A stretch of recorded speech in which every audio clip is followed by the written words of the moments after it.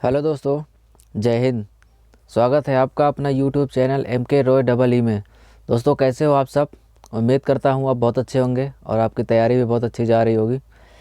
तो दोस्तों, आज की इस वीडियो में मैंने SSC के GD, MTS, CHSL, CGL सभी परीक्षाओं में जो GK और GS के प्रश्न पूछे जाते हैं दोस्तों, उन सभी परीक्षाओं के लिए मैं टॉप 25 क्वेश्चन की सीरीज़ को लेकर आया हूँ।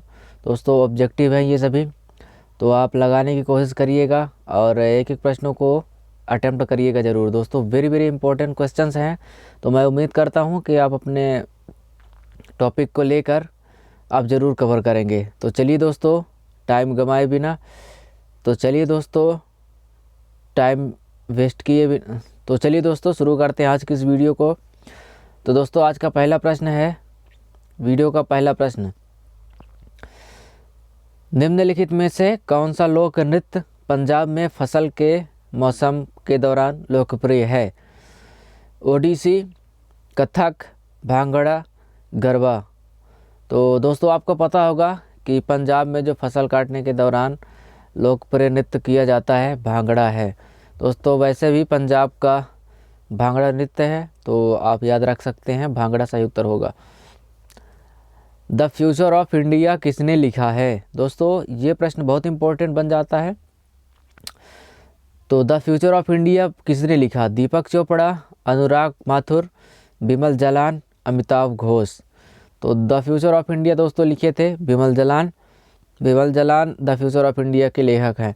दोस्तों, बिमल जालान भारतीय रिजर्व बैंक के पूर्व गवर्नर हैं और 2003 से 2009 के दौरान भारत की संसद के उच्च सदन राज्यसभा के मनोनीत सदस्य थे। और दोस्तों, उन्होंने द फ्यूचर ऑफ इंडिया नामक पुस्तक लिखी थी। तो अर्थशास्त्र और शासन से संबंधित पुस्तक the future of India politics पहली बार 1 जून 2006 को प्रकाशित हुई थी। दोस्तों, जो द फ्यूचर ऑफ इंडिया है यह अर्थशास्त्र और शासन से संबंधित पुस्तक है। द फ्यूचर ऑफ इंडिया यह पहली बार 1 जून 2006 को प्रकाशित की गई थी। तो यह पुस्तक को प्रकाशित करने वाले पहले भारत के गवर्नर जनरल भी रह चुके हैं। आपने नोटों पर इनके सिग्नेचर देखे होंगे। तो सही उत्तर हो जाएगा इसका बिमल जालान। अगला प्रश्न है दोस्तों, आपसे एक छोटा सा रिक्वेस्ट है कि आप चैनल को सब्सक्राइब कर लीजिएगा, बेल आइकन को प्रेस कर लीजिएगा, ताकि बहुत इंपॉर्टेंट प्रश्नों की सीरीज़ आपके यहाँ तक पहुँचती रहे। और वीडियो अच्छी लगी हो तो लाइक ज़रूर करिएगा। और दोस्तों, प्रत्येक प्रश्नों को अटेम्प्ट करने की कोशिश ज़रूर करिएगा। मैं आपसे दावा करता हूं कि सेम टू सेम ऐसे प्रश्न पूछे जाते हैं परीक्षाओं में। तो दोस्तों, एक एक प्रश्नों को लगाने की कोशिश ज़रूर करिएगा। प्रश्न पूछा गया है, खनन को अर्थव्यवस्था के कौन से क्षेत्र में रखा गया है? जो खनन होते हैं, खनिज पदार्थों का खनन किया जाता है, अर्थव्यवस्था के कौन से क्षेत्र में रखा गया है? प्राथमिक क्षेत्र, द्वितीयक क्षेत्र, तृतीयक क्षेत्र या विनिर्माण? तो दोस्तों, खनन को अर्थव्यवस्था का प्राथमिक क्षेत्र के रूप में रखा गया है। प्राथमिक क्षेत्र इसका सही उत्तर होगा। दोस्तों, आइए जानते हैं प्राथमिक, द्वितीयक, तृतीयक क्या क्षेत्र होते हैं। दोस्तों, प्राथमिक क्षेत्र के अंतर्गत आते हैं कि इसमें कच्चे माल की निकासी शामिल है, इसमें कृषि और संबद्ध गतिविधियां भी शामिल हैं। दोस्तों, प्राथमिक क्षेत्र के उदाहरणों में जैसे खेती, मत्स्य पालन, कोयला खनन, तेल निष्कर्षण, हीरा खनन आदि ये सभी शामिल होते हैं। दोस्तों, द्वितीयक क्षेत्र में आ जाते हैं कि इसमें जो तैयार माल है और घटकों का उत्पादन शामिल है। मतलब द्वितीयक क्षेत्र में दोस्तों माल का उत्पादन करना शामिल होता है, धातुओं को औजार और ऑटोमोबाइल में बदलना, पेट्रोलियम को गैसोलीन में बदलना और ऊर्जा उत्पादन आदि शामिल हैं। तृतीयक क्षेत्र में आते हैं दोस्तों, इसमें वाणिज्यिक सेवाएँ आदि शामिल हैं, जैसे कि तृतीयक क्षेत्र में भोजनालय, बैंकिंग, स्कूल शिक्षक, पर्यटन आदि ये सभी तृतीयक क्षेत्र में आते हैं। तो दोस्तों, खनन का कार्य जो है प्राथमिक क्षेत्र में माना जाता है। अगला प्रश्न है, सुब्रतो कप किस खेल से संबंधित है? हॉकी, फुटबॉल, बास्केटबॉल या बैडमिंटन?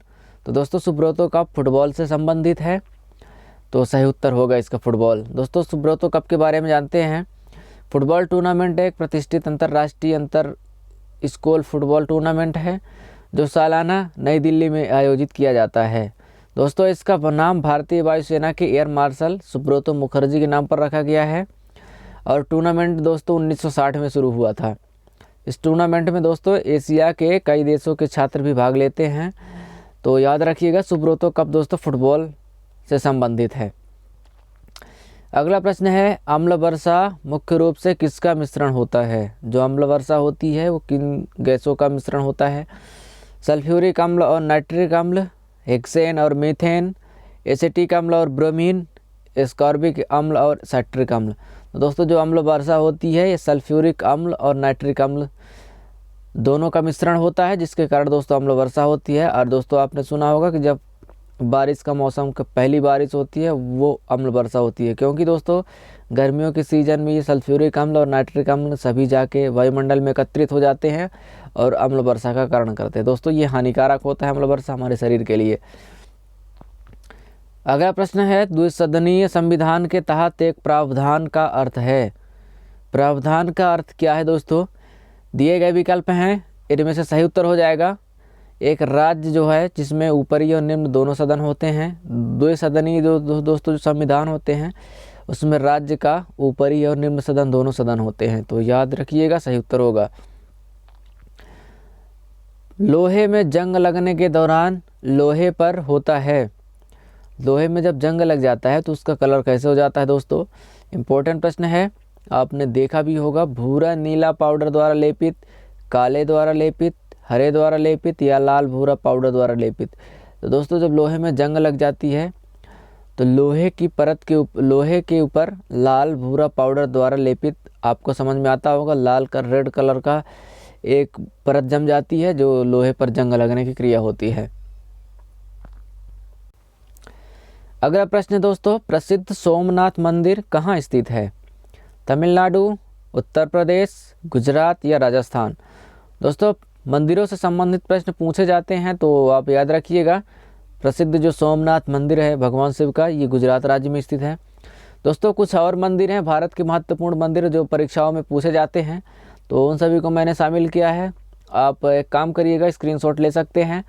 चलिए कुछ बता देता हूं मैं। जैसे गुजरात में दोस्तों द्वारकाधीश मंदिर है, स्वामी नारायण अक्षरधाम मंदिर, बाला हनुमान मंदिर जामनगर, गलतेश्वर मंदिर, नवलखा मंदिर। दोस्तों ये बहुत इंपॉर्टेंट है। तमिलनाडु में भी ऐसे है दोस्तों, जैसे रामनाथ स्वामी का मंदिर, रंगनाथ स्वामी मंदिर, मीनाक्षी मंदिर। दोस्तों ये याद रखिएगा, मीनाक्षी और नटराज मंदिर ये दोनों बहुत इंपॉर्टेंट हैं। तो दोस्तों ये दोनों मंदिर तमिलनाडु में स्थित। ऐसे राजस्थान में दोस्तों पूछा जाता है, जैसे दिलवाड़ा मंदिर, परशुराम महादेव मंदिर, करणी मंदिर, ये राजस्थान में स्थित है। और उत्तर प्रदेश में तो दोस्तों काशी विश्वनाथ मंदिर, वृंदावन चंद्रोदय मंदिर, बांके बिहारी मंदिर, सारनाथ मंदिर और दोस्तों द्वारकाधीश मंदिर मथुरा। तो याद रखिएगा, ये सभी प्रश्न बहुत इंपॉर्टेंट बनते हैं और परीक्षा में पूछे भी जाते हैं, तो आप इसका स्क्रीनशॉट ले सकते हैं।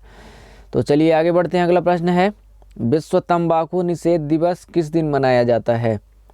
30 जून, 31 जून, 30 मई या 31 मई? विश्व तंबाकू दिवस प्रत्येक वर्ष 31 मई को मनाया जाता है।